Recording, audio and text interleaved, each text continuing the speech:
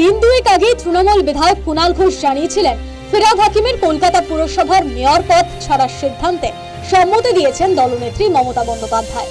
মাঝে ছিল বৃহস্পতিবার, সেদিন মেয়র পদ থেকে ইস্তফা দেননি ফিরহাদ হাকিম। উল্টে চেয়ারপারসন মালা রায় চলতি মাসের তৃতীয় সপ্তাহে অধিবেশন ডাকেন। কিন্তু শুক্রবার হঠাৎই টুইস্ট, কুণাল ঘোষের বক্তব্যকে সত্যি করে মেয়র পদ থেকে ইস্তফা দিলেন ফিরহাদ হাকিম। অভিযোগ করলেন কাজ করতে পারছেন না।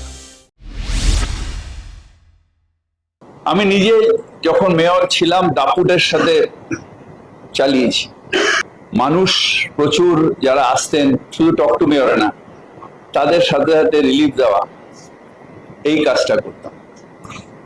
এখন সেটা সম্ভব হচ্ছে না, তাই সেই চেয়ারটাকে আমি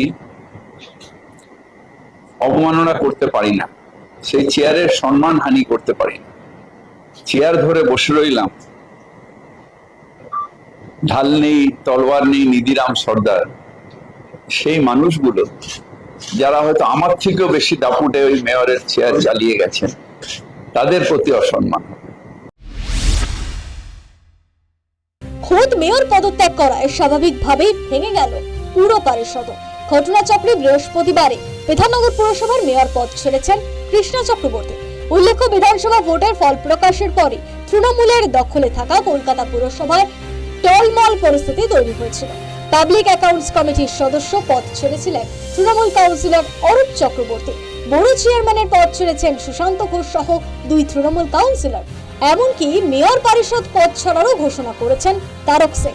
এই অবস্থায় প্রশ্ন উঠছে, ক্রমশ একা হয়ে পড়েছিলেন মেয়র, তাই কি পদ ছাড়ার সিদ্ধান্ত? সুর চড়িয়েছেন বিজেপি কাউন্সিলর সজল ঘোষ।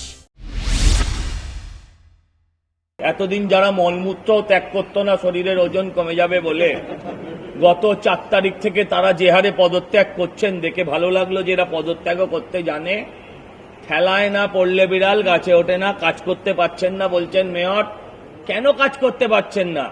তার এমআইসিরা পদত্যাগ করছে বলে, তার বড় কমিটির চেয়ারম্যানরা পদত্যাগ করছে বলে, তার অ্যাকাউন্টস কমিটির মেম্বাররা পদত্যাগ করছে বলে, কাউন্সিলররা পরপর জেলে যাচ্ছে বলে তিনি বলছেন কাজ করতে পারছি না, আর চেয়ারম্যান বলছেন 19 তারিখ হাউস ডাকবো।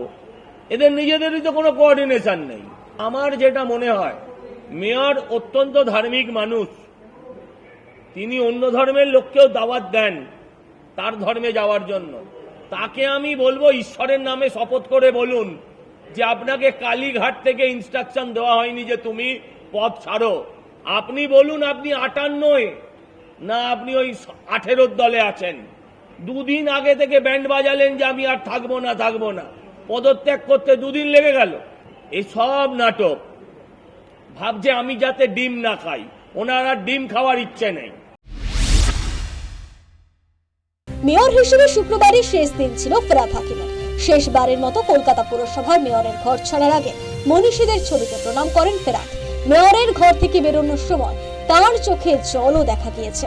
পুরসভা ছাড়ার সময় ফিরহাদের গাড়ির সামনে এসে অনেককেই বিদায় জানাতেও দেখা যায়। News time.